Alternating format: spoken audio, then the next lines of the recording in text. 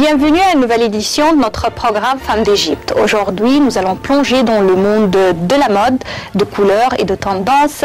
Et nous allons aujourd'hui voir ensemble une créatrice de mode. Noura Chenouda va nous parler non seulement de son talent dans ce domaine, mais également de sa passion vers les tissus, les accessoires et comment peut-elle travailler, créer et exceller dans le monde de la haute couture.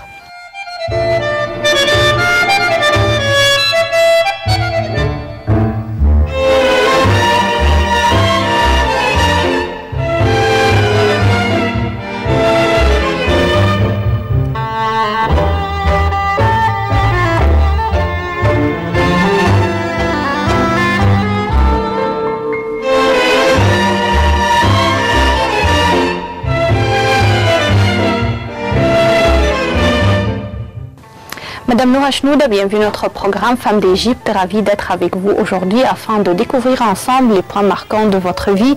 Et on commence toujours avec vos souvenirs de la première période d'enfance et de scolarité. Qu'est-ce que vous retenez en tête de cette période-là? Tout d'abord, j'allais à l'école de la Mère de Dieu. C'est une école religieuse. C'est là qu'on a tout appris. Être honnête.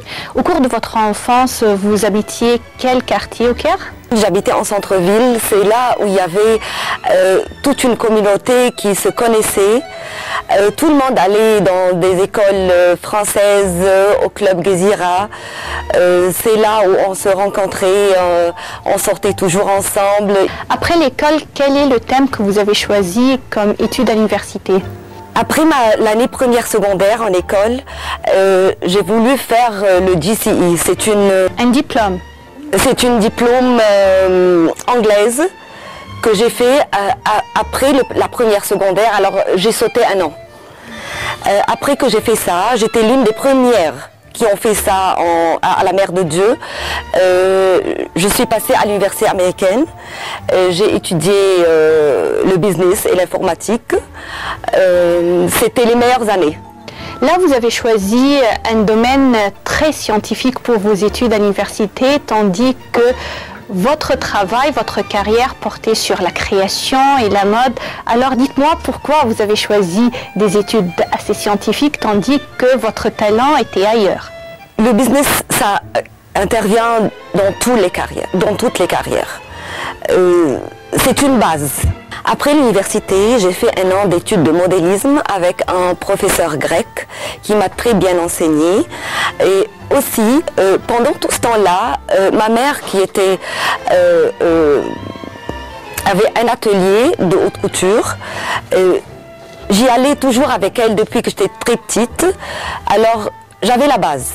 C'est un an seulement, c'est pas assez bien sûr, mais j'avais la base depuis que j'étais très petite.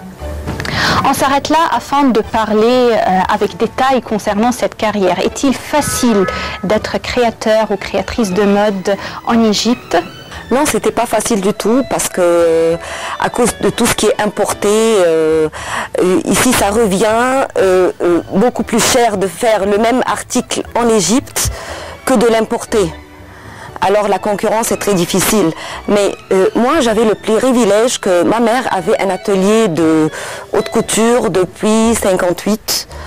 Mais le travail a été interrompu après ça à cause de la mort de mon père pour quelques années. Plus tard, en 1986, on a ouvert un nouveau business de prêt-à-porter.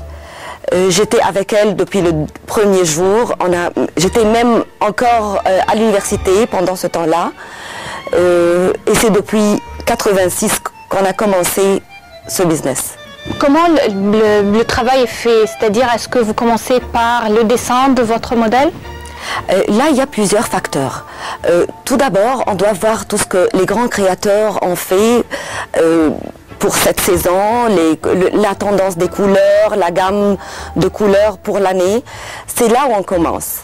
Et puis, il y a toujours le goût égyptien et la forme de la femme égyptienne qui doit interférer.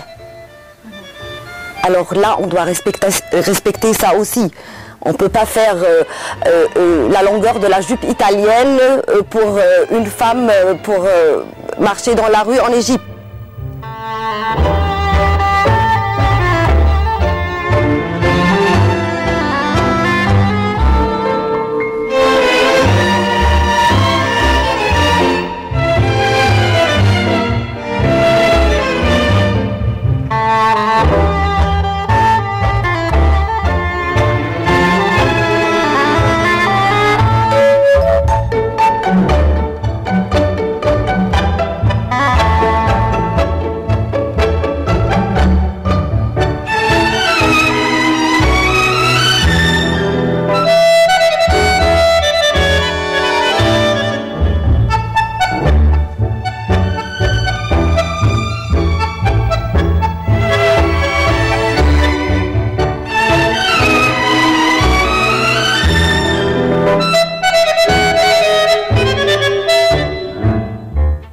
un jour une de vos clientes veut modifier une robe ou un modèle que vous avez créé, qu'est-ce que vous faites?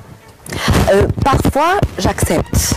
Si je trouve qu'elle a raison, peut-être à cause, si c'est une femme religieuse qui doit cacher une partie, si c'est une femme qui a un certain défaut qu'on doit couvrir, c'est bon, j'accepte. Mais sinon, jamais. Vous avez dit que vous avez fait des études concernant ce domaine pour 1 an. Alors les études ne sont pas suffisantes seules. Il semble qu'il y a d'autres facteurs, d'autres éléments qui ont contribué à votre réussite et que vous avez résisté dans ce domaine depuis longtemps. Parlez-moi un peu de ces facteurs. J'ai toujours su que je voulais être designer, ça c'était certain. J'adore dessiner, j'aime bien travailler avec mes mains. Je suis passionnée de mode depuis que j'étais toute jeune. Également, parce que j'ai travaillé avec maman depuis que j'étais toute jeune, j'ai eu l'expérience, ce qui est le plus important. C'est même plus important que les études. Avoir l'expérience pendant des années, ça vraiment enrichit. Maintenant, je sais tout dans ce business, le modélisme surtout. Je peux faire le patron, je peux couper, je peux tout faire, de A à Z, tous les détails. Alors ça c'est très important. Être styliste seulement n'est pas comme être styliste et modéliste. Quelle est la différence entre être styliste et modéliste? Styliste c'est la création, c'est le dessin. Modéliste c'est savoir prendre un dessin et en faire un vêtement. Ça, c'est complètement différent. Être styliste, c'est plus le talent. Mais être modéliste, il y a le savoir-faire. Là,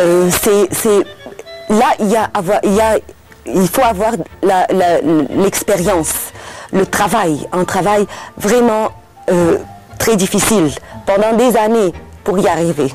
C'est pas facile du tout. Mais est-ce que vous avez participé à des défilés autour du monde? On a fait beaucoup de défilés, mais dans les années 90 plus. Maintenant, c'est pas évident, les défilés, c'est pas... C'est pour vous, c'est-à-dire... Ça, c'est qu'on a fait des défilés de mode. Ce sont les défilés que vous avez animés, mais est-ce que vous avez participé ou assisté à des défilés, des grands noms de haute couture autour du monde? Bien sûr, chaque saison, je vais en France et en Italie pour les défilés de mode, pour les grands créateurs, et aussi assister aux grands salons de mode, comme le salon en France, à Porte de Versailles, le MIPAP à Milan. Ça, je fais chaque saison. C'est impératif.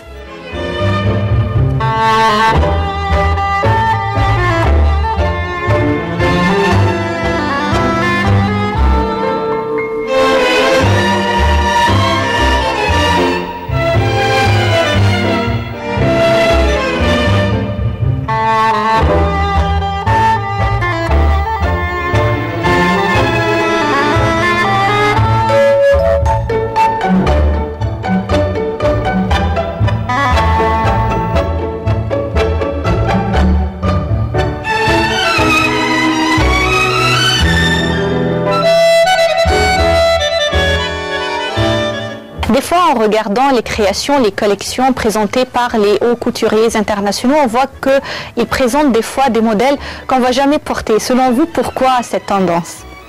C'est pour faire le nom. Ça, c'est la réclame. Mais je ne pense pas du tout qu'ils vendent de ça. Peut-être quelques pièces pour des actrices, pour des chanteuses, mais c'est tout. Il y a des styles qu'on peut mettre jamais.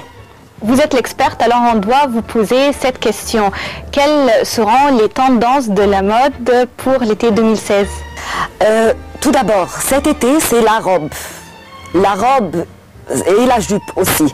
Ce n'est plus le pantalon, le jean et tout ça. Même le ripped et le boyfriend, ça existe aussi. Mais c'est la robe. Et surtout, la robe évasée, à taille et évasée. C'est partout, dans le soirée, pour le matin. Comme couleur, il y a beaucoup de jaune, du blanc, du bleu marine. Il y a un peu d'imprimé, pas beaucoup d'imprimé, et toujours le blanc, qui ne cesse jamais. On voit toujours que la mode revient encore une fois, c'est-à-dire qu'on voit que la mode portée par nos mères, par exemple, ne cesse pas de remonter sur scène. Est-ce que ça sera également le cas pour l'été 2016? C'est toujours le cas cet été, c'est le retour aux années 30, avec les jupes comme Shadia et Lobna Abdelaziz avec les grands jupons. Tout ça, c'est cette année. Mais est-ce que vous trouvez que c'est pratique de porter de telles jupes? Oui, c'est pratique, mais pas pour le travail. On doit aller au travail un peu classique, non? Mais aussi, il y a quelques modèles un peu plus simples, même avec la jupe évasée, parce que c'est très confortable et c'est facile à porter. Et pour les longueurs de ces jupes? Ça dépend. On peut les faire trop courts, un peu plus longs, à genoux. Ça dépend. Alors, puisque la longueur n'est pas limitée à une longueur très courte, on peut très bien les porter pendant toute la journée.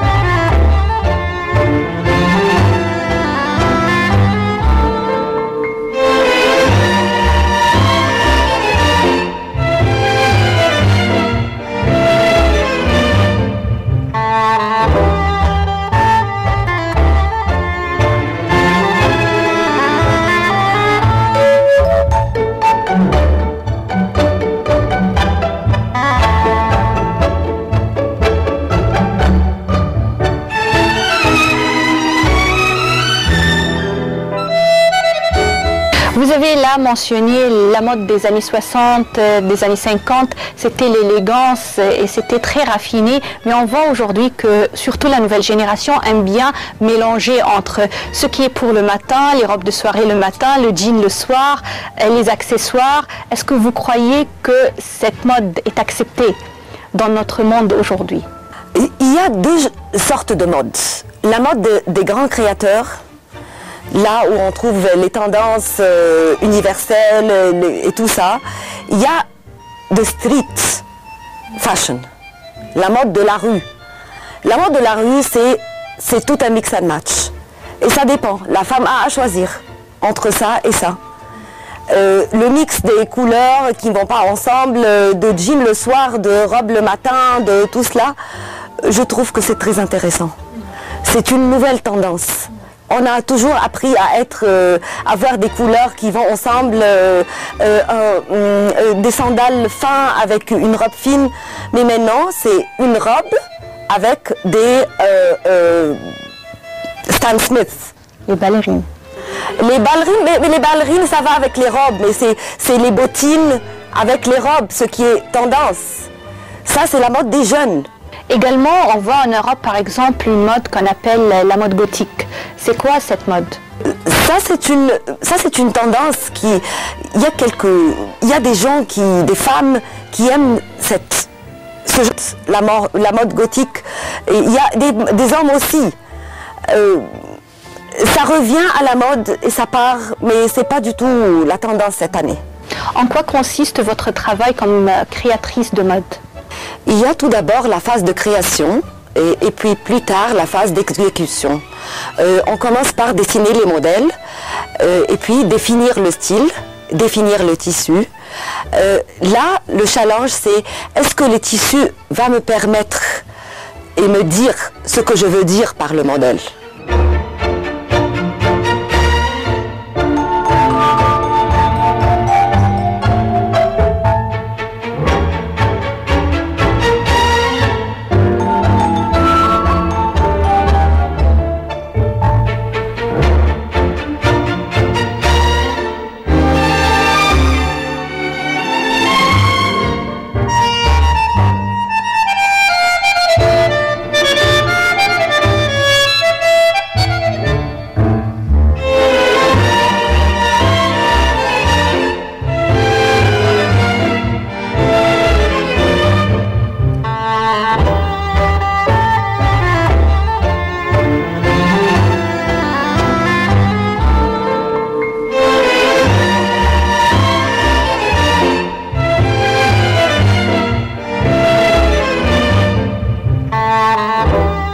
Quels sont les défis majeurs que vous affrontez au cours de votre vie et surtout dans votre travail?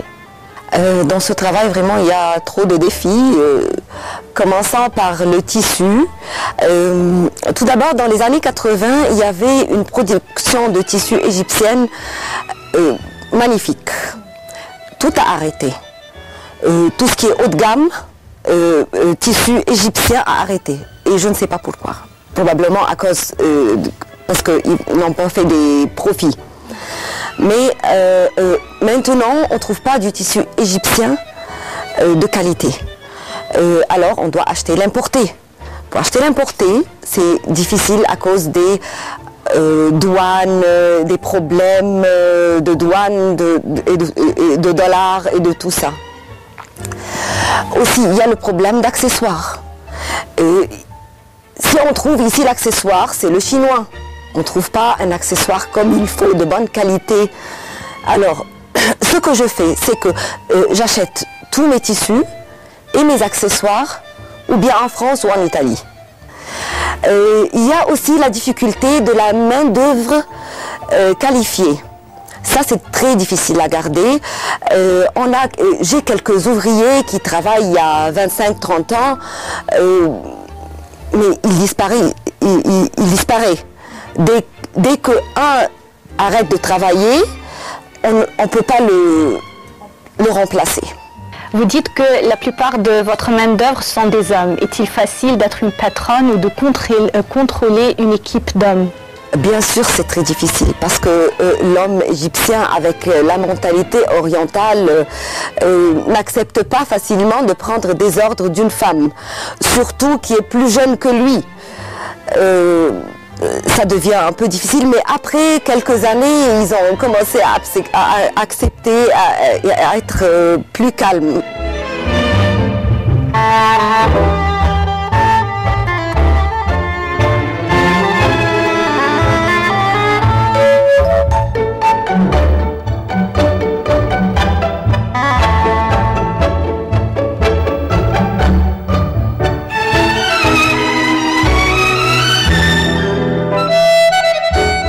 Si vous saviez au passé ce que vous connaissez aujourd'hui au présent, est-ce que vous auriez fait les mêmes choix, les mêmes décisions? Pour vous dire la vérité, oui. Je ferais exactement la même chose. J'ai vraiment la passion pour tout ce que je fais. Ça m'intéresse, je l'aime. J'aime le faire. Je ne sens pas le temps passer quand je suis à l'atelier. Le temps coule sans le savoir. Je trouve que la journée s'est terminée et je dois rentrer. Aussi, avoir un private business. J'ai la flexibilité du temps. J'ai 3 filles, alors j'ai parfois besoin de partir, de m'absenter un jour. C'est plus facile quand c'est un travail privé. Pour vous, c'est quoi le bonheur? Les gens aiment mes créations et ça me rend vraiment heureuse. J'aimerais vendre mes créations dans tout le monde, mais pour moi, le bonheur réel, c'est d'être avec ma famille, voyager ensemble, manger ensemble. Je peux constater que la famille pour vous est très importante, alors ça me mène à parler un peu de l'équilibre. Comment peut-on faire l'équilibre entre les responsabilités au travail, également les responsabilités à la maison et envers la famille? Bien sûr, c'est très difficile de faire l'équilibre.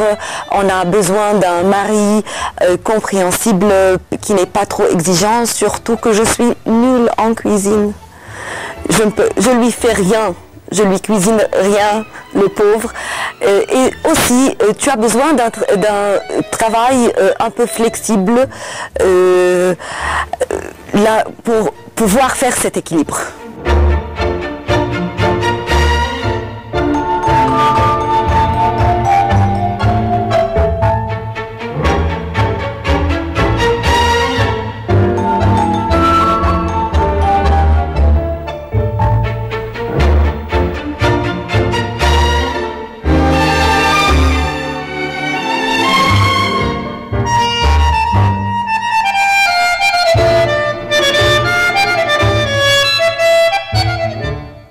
Chacun d'entre nous a ses peurs. Quelles sont vos craintes à vous?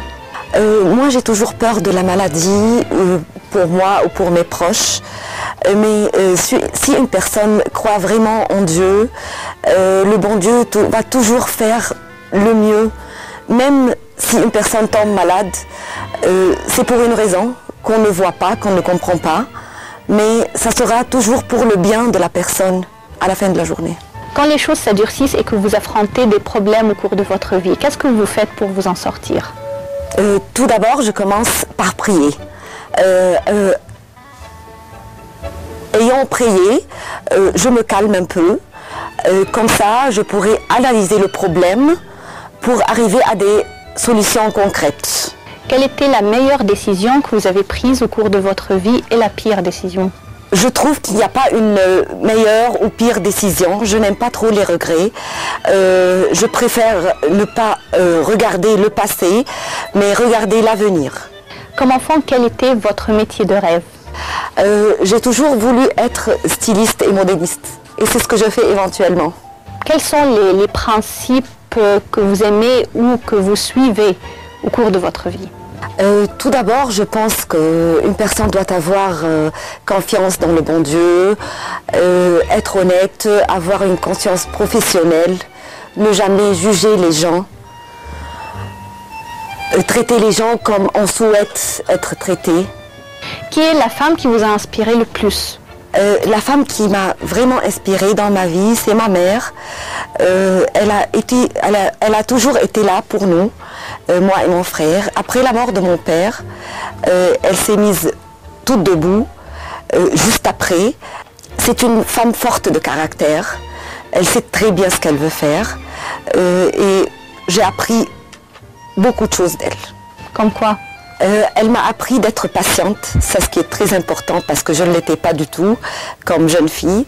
Elle m'a appris que la famille passe avant tout. Elle m'a appris à aimer mon travail et être exigeante. C'est d'elle que j'ai pris ce talent.